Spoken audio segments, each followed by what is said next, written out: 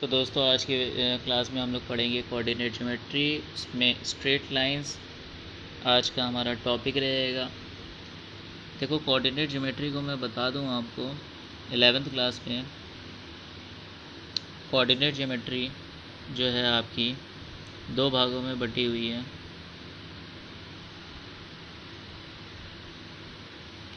Coordinate geometry जो है आपकी दो भागों में बटी हुई है। एक आपका स्ट्रेट लाइन है, दूसरा है कॉनिक सेक्शन। ठीक है, जहाँ पे आप लोग पढ़ेंगे सर्कल,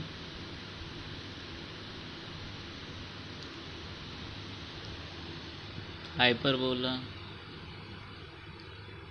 पैराबोला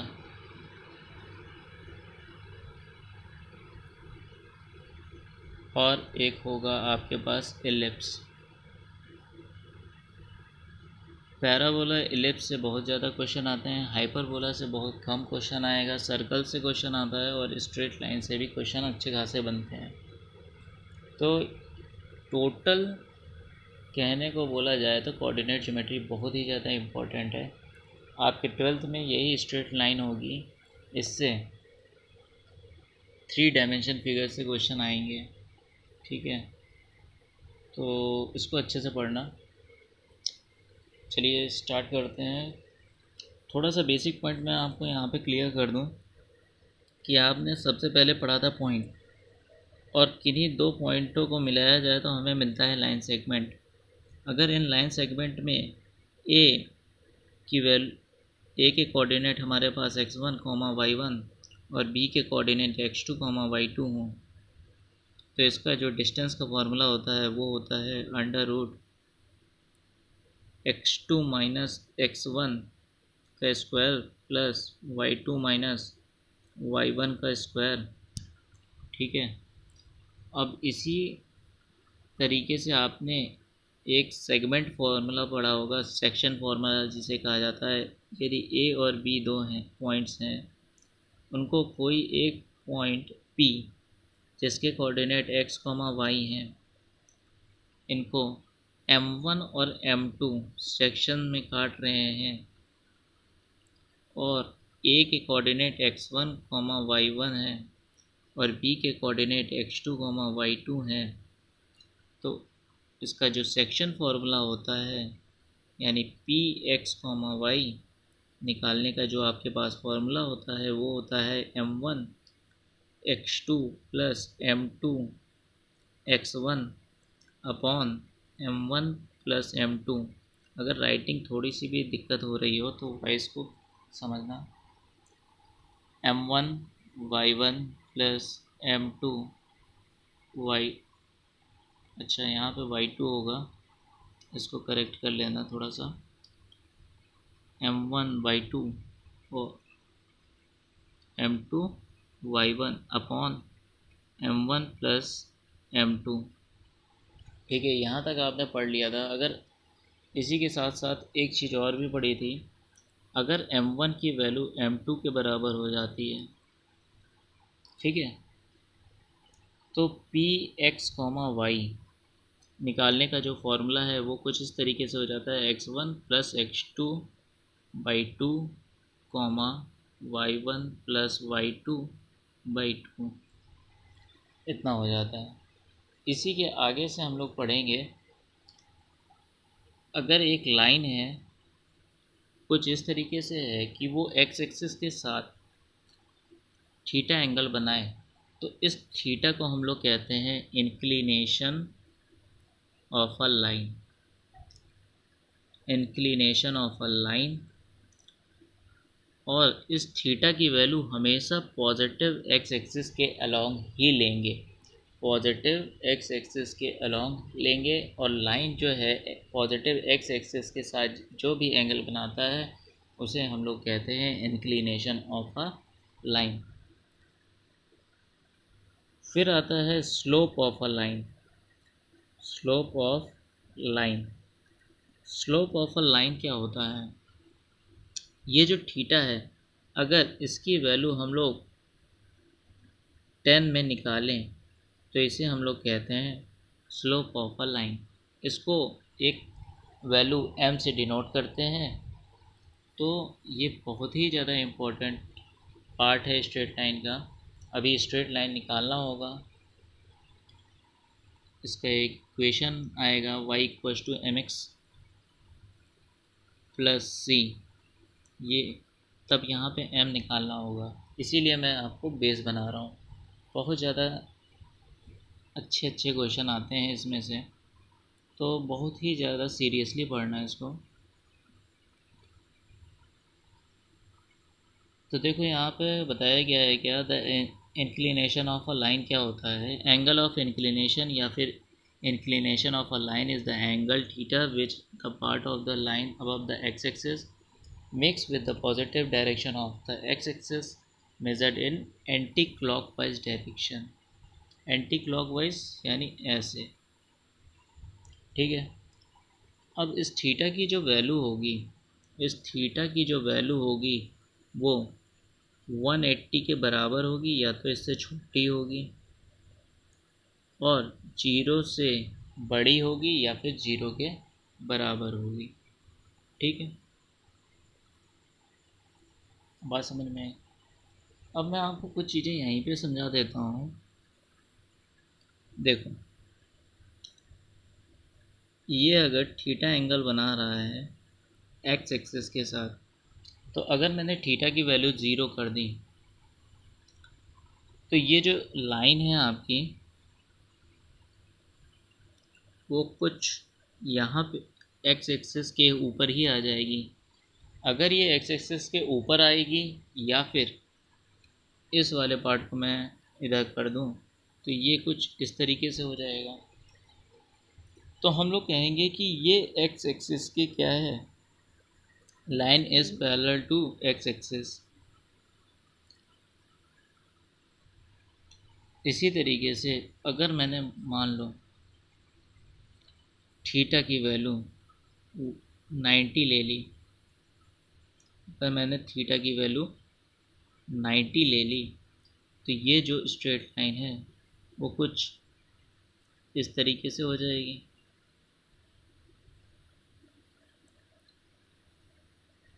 ऐसे होगी कि नहीं होगी। तो अब थीटा की जो वैल्यू होगी यहाँ पे क्या हो जाएगा, 90 डिग्री हो जाएगा। तो इसका मतलब ये क्या होगा, वाई एक्सेस के पैरेलल, वाई एक्सेस के पैरेलल। ठीक है, यहाँ तक बात समझ में आ गया होगा आप लोग को। ठीक, तो यहाँ पे यही चीज़ें लिखी हुई हैं। यहाँ पे देखो मैंने लिख दिया है definitions. Inclination of a line parallel to X axis if theta equals to 0 and the inclination of a line parallel to y axis, the axis itself is 90 degree। ठीक, अब नेक्स्ट क्या है, हॉरिजॉन्टल लाइन। हॉरिजॉन्टल लाइन क्या होगी, कोई भी line जो parallel होगी एक्स एक्सिस के जो भी लाइन पैरेलल होगी उसे हम लोग कहेंगे हॉरिजॉन्टल लाइन। वर्टिकल लाइन जो वाई एक्सिस से पैरेलल होगी, ऑब्लिक लाइन जो हॉरिजॉन्टल और वर्टिकल दोनों के ही पैरेलल नहीं होगी, या फिर ये भी कह सकते हो जो कि ना ही हॉरिजॉन्टल होगी ना ही वर्टिकल होगी। ठीक है, अभी मैंने स्लोप बता दिया है। Slope, if theta is the inclination of a non vertical line then m equals to tan theta is called the slope of a line. अगर यहाँ पे तो ये है कि आपके पास दो तरीके से क्वेश्चन दिया जा सकता है। या तो आपके पास थीटा की वैल्यू दे दी जाएगी कुछ भी, मान लो कि अगर थीटा की वैल्यू हमने दे दी यहाँ पे 30 डिग्री, तो आपसे पूछा जाए स्लोप ऑफ अ लाइन क्या होगा या ग्रेडियंट ऑफ अ लाइन क्या होगा, तो आप सीधा आंसर लिखोगे m equals to tan theta, theta की वैल्यू है 30 डिग्री, तो tan 30 का मान क्या होता है 1/√3। तो देखो यहाँ पे भी टिग्नोमेट्री आ गई। तो टिग्नोमेट्री जानना बहुत ज़रूरी है। टिग्नोमेट्री की भी बहुत जल्दी मैं वीडियो लाने वाला हूँ, बट सबसे पहले कोऑर्डिनेट ज्योमेट्री पूरी करवाऊँगा। ठीक है, तो वीडियो से जुड़े रहें। आप अपने व्हाट्सएप ग्रुप में अपने दोस्तों को भी ये वीडियो शेयर करो ताकि उनको भी कुछ फ़ायदा हो। अब देखो, अगर मान लो कि आपके पास थीटा की वैल्यू ही ना दे रखी हो, कोऑर्डिनेट्स दे रखे हों, तब क्या करोगे आप लोग? तब के लिए जो फॉर्मूला है वो है m equals to y2 minus y1 upon x2 minus x1। m निकालने का ये है formula, y2 minus y1 upon x2 minus x1। ठीक है।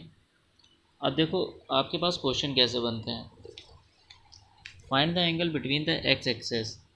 तो एक्स एक्सेस के बिटवीन आपको एंगल बनाना है, and the line joining the points 3, -1। अच्छा देखो यहाँ पे x1 की वैल्यू क्या है 3, y1 की वैल्यू क्या है -1, x2 की वैल्यू क्या है 4, y2 की वैल्यू क्या है -2। यही है। अभी मैंने फॉर्मूला बताया आपको, m equals to y2 minus y1 upon x2 minus x1। y2 की वैल्यू क्या है जल्दी से बताओ, -2 माइनस, अच्छा -1 y1 की वैल्यू है, x2 की वैल्यू क्या है 4 और x1 की वैल्यू क्या है 3। तो यहाँ से आपको देखने को मिला कि -2 और ये माइनस माइनस हो जाएगा प्लस, और -2 + 1 अपॉन 4 - 3 इक्वल्स टू 1। तो m की वैल्यू क्या आई यहाँ से -1, क्या आई -1। तो कुछ बच्चे यहीं पे छोड़ के चले जाते हैं क्योंकि आपको पता है कि भैया m तो स्लोप होता है, लेकिन यहाँ पे आपने देखा क्या कि फाइंड द एंगल, यानी आपको एंगल पता करना है, यानी थीटा की वैल्यू पता करनी है। तो आपको ये भी पता है कि m बराबर क्या होता है tan थीटा, m बराबर क्या होता है tan थीटा। तो m की वैल्यू कितनी है -1, m की वैल्यू कितनी है -1। तो भाई tan थीटा यानी -1 कब होगा, जब tan 135 होगा। tan कितना होगा 135, तब tan 135 होगा -1। तो थीटा की वैल्यू कितनी आ जाएगी 135। ठीक है। अब आप लोग सोच रहे होंगे कि ये तो बड़ा आफत हो गया, कुछ जो ट्रिग्नोमेट्री में थोड़े से कमज़ोर हैं, तो इनके लिए मैं बता दूं आपको कि इस तरीके की वैल्यूज़ कैसे आप लोग पता करोगे।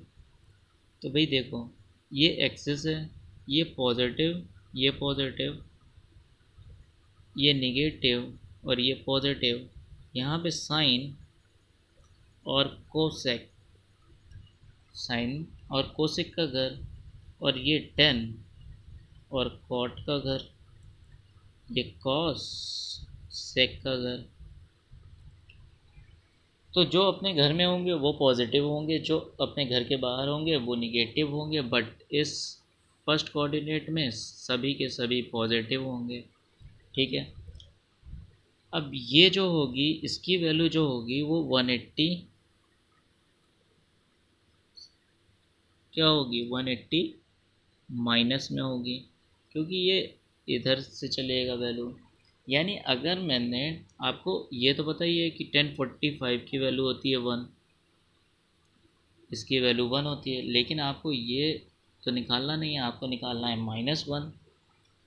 और आपको पता है कि अगर मैं 180 प्लस लेता हूँ तो हम 10 के घर में पहुँच जाएंगे, और 10 अपने घर में तो राजा है ही, पॉजिटिव होगा।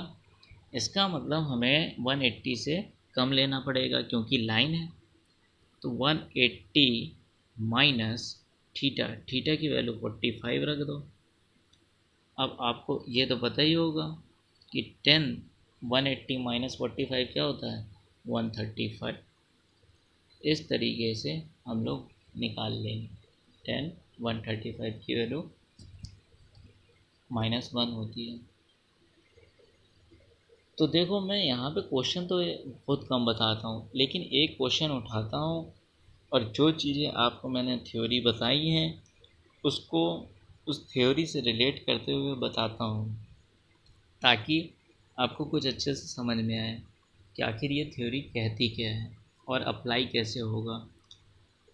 और अगर आपको बहुत ज़्यादा क्वेश्चन चाहिए कि आप ज़्यादा से ज़्यादा क्वेश्चन आप प्रैक्टिस करना चाहते हो, तो आप कमेंट बॉक्स में कमेंट कर सकते हो, ताकि अगली वीडियो में मैं ज़्यादा से ज़्यादा क्वेश्चन आपके सामने लाऊं, थ्योरी को थोड़ा सा कम कर दूंगा। ठीक है, धन्यवाद। आज की वीडियो में बस इतना ही, फिर मिलेंगे अगली वीडियो में।